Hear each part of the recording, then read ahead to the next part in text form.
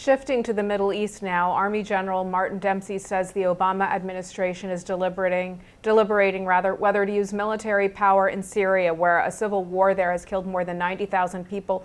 Do you think NATO should enforce a no-fly zone in Syria, much like it did in Libya? I think that that's one of the solutions, and I note that the British and the French and others are very are supportive of action to be taken in Syria. Look, 100,000 people have been massacred. A year from now, it'll be another 100,000. Bashar Assad is winning, so therefore Iran is winning in the region. It is now turned into a regional conflict. Lebanon is destabilized. The King of Jordan is in jeopardy because of the incredible inflow of refugees. The whole region is bordering on chaos, and there's a total lack of American leadership. And there's many options we can take, but half measures aren't going to succeed. We need to have a no-fly zone, and we need to negate Bashar Assad's air power and stop this slaughter. It's an unfair fight, and it should be affecting our relations with Russia, who continues to supply them with an abundance of arms, and we are writing a shameful chapter in American history. Secretary of State John Kerry has announced the resumption of preliminary peace talks between the Israelis and the Palestinians, given reports of a strained U.S.-Israel relationship. Can Israel expect the Obama administration to be a fair middleman, if you will? And do you see Israel agreeing to pre-1967 borders?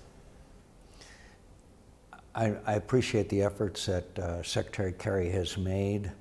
I'd like to see him devote those kinds of efforts, and I know he is, but really our priority right now, in my view, is Syria.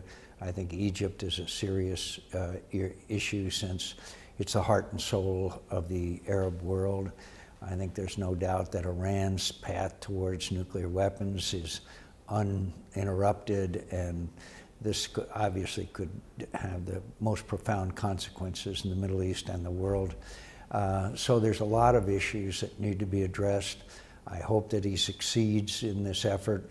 I share some of the skepticism that I hear expressed about this becoming reality, particularly since Hamas and the Palestinian Authority are still divided. I'm not sure how that negotiation works, but I wish him every success.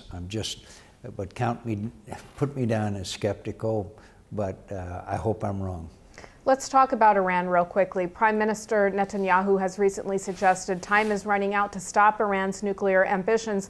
Do you foresee an Israeli military action in the near future? I see the Israelis becoming more and more frustrated as the issue of the Iranian progress towards nuclear weapons seems to have taken the back burner, been placed on the back burner by the Obama administration, remembering that the president said it would be unacceptable, unquote, for Iran to have nuclear weapons, and every indication is that they're well on that road. So the Prime Minister of Israel in the last few days has expressed his frustration about the lack of attention to this issue. I think that the Congress, thanks to efforts by Senator Lindsey Graham, should pass a resolution saying that the president is authorized to use military force if necessary to stop Iran from acquiring nuclear weapons, which is something that he has stated, and I think the Congress should weigh in on it. But frankly, I'm very, very worried as to whether the Iranians think that we are serious. Look at our lack of any meaningful action as far as Syria is concerned. Look at our relations with Russia. Look at across the board, there's a perception, particularly in the Middle East, but throughout the world, of American weakness and lack of leadership. That only has bad consequences.